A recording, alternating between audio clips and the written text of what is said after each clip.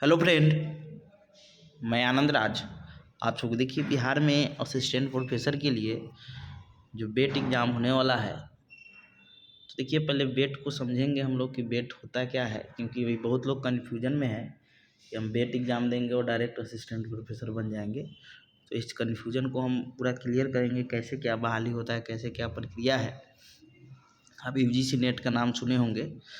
तो देखिए बेट जो होता है बिहार एलिजिबिलिटी टेस्ट, यानी असिस्टेंट प्रोफेसर के लिए, जैसे आप लोग सुने होंगे सीटेट होता है, स्टेट होता है और आपका बीटेट वगैरह होता है।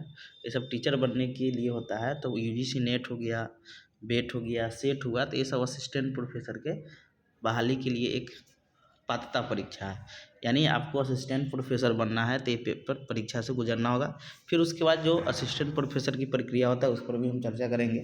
तो देखिए सबसे पहले समझिएगा कि जो बेट है, बिहार में पहला बार असिस्टेंट प्रोफेसर के बहाली के लिए, समझे। देखिए असिस्टेंट प्रोफेसर के बहाली के लिए या तो यूजीसी नेट आपको क्लियर करना होगा या पीएचडी आपके पास होना चाहिए। और पीएचडी करने के लिए भी आपको नेट का एग्ज़ाम निकालना ज़रूरी है। तो देखिए सब राज्य, जैसे और कोई राज्य जो है, जैसे आपका पश्चिम बंगाल हो गया और राज्य सब है, वो अपना सेट का एग्ज़ाम करवाती। सेट मतलब हो गया स्टेट एलिजिबिलिटी टेस्ट बोला जाता था, और सेंट्रल लेवल पर जो होता है उसको यूजीसी नेट बोला जाता है, यानी नेशनल एलिजिबिलिटी टेस्ट होता है नेट का।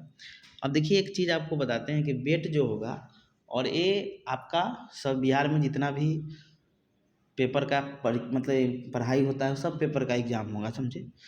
जैसे आपका हिस्ट्री हो गया, ज्योग्राफी हो गया, एजुकेशन मतलब जो भी हो गया, सब चीज़ का बेट आपका होगा। साइंस सब्जेक्ट आपका, आर्ट सब्जेक्ट, कॉमर्स, सब सब्जेक्ट का होगा।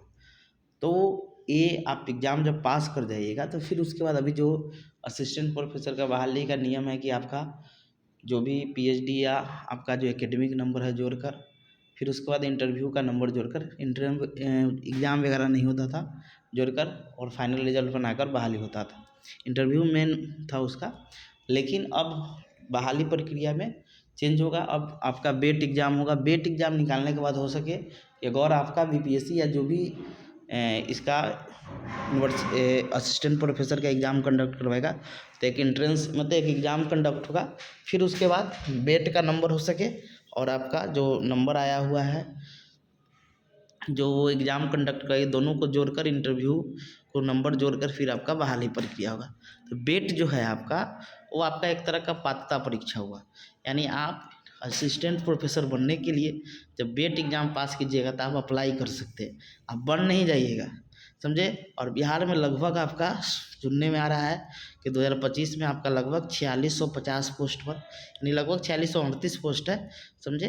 तो बढ़ते घटते वो हो जाएगा आपका 4650 पोस्ट पर आपकी नियुक्ति होने वाला असिस्टेंट प्रोफेसर का। विभिन्न विषयों में आपका रिक्त सीट भी आएगा जल्द ही, इस पर रोस्टर क्लियर हो रहा है। तो मान लीजिए कोई स्टूडेंट नेट नहीं पास कर रहे हैं, समझ गए, क्या कर रहे हैं, नेट नहीं पास कर रहे हैं, तो ऐसे लोग क्या करेंगे कि जो आपका वेट होगा वो थोड़ा आसान होता है, क्योंकि बिहार के परिप्रेक्ष्य में क्वेश्चन पूछा जाएगा। देखिए पढ़ना वही है, आपका पीजी लेवल का ही क्वेश्चन रहेगा। सब चीज़ आपका क्या होगा कि पीजी लेवल का ही सब चीज़ होगा। जैसे यूजीसी नेट में होता है वैसे ही पीजी लेवल का ही सब चीज़ इसमें होगा आपको बेट में। तो जो लोग नेट नहीं निकाल पाते हैं वो लोग क्या कर सकते हैं कि बेट के द्वारा बिहार में असिस्टेंट प्रोफेसर बन सकते हैं, समझे।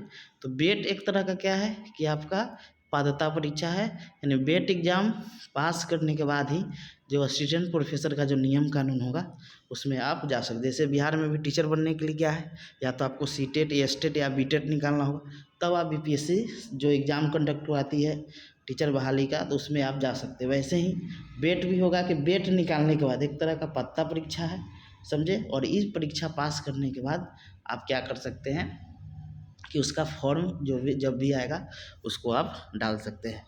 ऐसा नहीं समझिएगा कि हम बेट एग्ज़ाम निकाल लिए तो असिस्टेंट प्रोफेसर बन गए, भूल के नहीं। बहुत लोग यूजीसी नेट निकाल कर भी अभी मतलब प्रोफेसर नहीं, मतलब असिस्टेंट प्रोफेसर नहीं बने हैं, समझे। प्राइवेट वगैरह में पढ़ा सकते हैं, समझे, लेकिन सरकारी का बहाली जो प्रक्रिया होता है इंटरव्यू वगैरह होने के बाद ही बहाली प्रक्रिया। तो यूजीसी नेट हो या बेट हो, ये सब दोनों पात्रता परीक्षा है। नेट हो गया आपका नेशनल एलिजिबिलिटी टेस्ट, और बेट हो गया आपका बिहार एबिलिटेशन, बिहार में ही बेट निकलेगा तो सिर्फ आप बिहार में ही असिस्टेंट प्रोफेसर बन सकते हैं। लेकिन यूजीसी नेट आपका निकलेगा तो आप भारत में किसी भी राज्य में फॉर्म डाल सकते हैं, अप्लाई कर सकते हैं, समझे। तो लगभग बिहार में 4650 पदों पर नियुक्ति होगी, समझे। और जल्द ही, क्योंकि अभी देखिए 1 से लेकर यानी आपका 1 प्राइमरी हो गया, अपर प्राइमरी 6 to 8 हो गया, 9 10th हो गया, और 11th 12th में लगभग सभी टीचर की बहाली हो गई है, जितना भी सीट खाली था। तब आपका यूनिवर्सिटी स्तर पर ही बहाली प्रक्रिया होगा, जिसमें असिस्टेंट प्रोफेसर का बहुत ज़्यादा आपका बहाली देखने को मिलेगा। तो समझे, जैसे ही बेट होगा एग्ज़ाम होने के बाद फिर होगा बहाली प्रक्रिया कैसे क्या होगा, इंटरव्यू का नंबर हो गया, फिर एक एग्ज़ाम कंडक्ट होगा, फिर आपका बेट के नंबर पर मेरिट लिस्ट बनकर और फाइनल इंटरव्यू का बहुत बड़ा योगदान होता है इसमें, तब आपका फाइनल रिजल्ट बनेगा, समझे। तो ये सब प्रक्रिया है आपका बेट एग्ज़ाम होने का। तो ये सब आपका बेट एग्ज़ाम होने के बाद ही जो बिहार में बहाली की प्रक्रिया है वो आपका आ सकता है। तो समझ गए होंगे कि बेट जो है एक तरह का आपका पात्रता एग्ज़ाम है। इसमें आपको मतलब असिस्टेंट प्रोफेसर आप नहीं बने, सब प्रोफेसर बोलते हैं कि प्रोफेसर बहुत बड़ा पद होता है, असिस्टेंट प्रोफेसर बनने के बाद एसोसिएट प्रोफेसर होता है, तब प्रोफेसर बनता है, समझे। तो आपको पहले असिस्टेंट प्रोफेसर के लिए आप बेट या यूजीसी नेट जो भी है वो आप क्या कीजिएगा कि निकालना पड़ेगा, फिर आपका बहाली होगा, तब उसके बाद आपका इसमें सब चीज़ होता है। आपका एसोसिएट या असिस्टेंट प्रोफेसर के बाद एसोसिएट प्रोफेसर, तब प्रोफेसर कोई बनता है, समझे।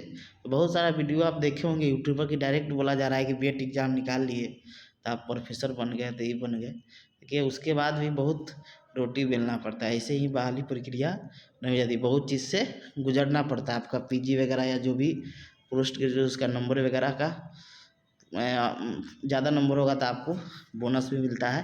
तो बहुत सारा प्रक्रिया, उस पर एक वीडियो लेकर आएंगे कि कैसे उसका बहाली प्रक्रिया होता है, कैसे क्या होता है, उस पर भी हम आपको पूरा क्लियर करेंगे, जिससे आपको जो भी समस्या होगा, समझे, कि बहाली प्रक्रिया कैसे होता है वो चीज़ है। तो इतना चीज़ अब जान गए होंगे कि बेट एग्ज़ाम सिर्फ निकाल लीजिएगा तो आपका बहाली नहीं होगा, समझे। आप तो समझिए कि एक उस एग्ज़ाम में शामिल होने का एक आप रास्ता मिल गया है, आप उसका फॉर्म सिर्फ डाल सकते हैं, बन नहीं जाइएगा, सिर्फ फॉर्म डाल सकते हैं। इतना चीज़ हो गया होगा क्लियर, समझे। तो जल्द आपको बहाली देखने को मिलेगा असिस्टेंट प्रोफेसर का, सभी सब्जेक्ट में आपका जो भी पीजी सब्जेक्ट कर रहे हैं। और बेट का जो एग्ज़ाम है, देखिए हमें लगता है अपेयरिंग वाला को जैसे नेट में मौका मिलता है, समझे, तो हो सके बेट में हमको नहीं लगता है कि अपेयरिंग वाले को मौका मिलेगा, क्योंकि स्टेट में सुनते होंगे कि नहीं मिलता है, बीटेट में भी नहीं मिलता है। तो हो सके इसमें भी जो भी लोग अपेयरिंग में होंगे नहीं मिलेगा, इसके लिए पीजी फाइनल होना चाहिए। लेकिन कभी अभी नोटिफिकेशन नहीं आया, क्लियर तो नहीं, लेकिन फिर भी संभावना है कि नहीं देगा।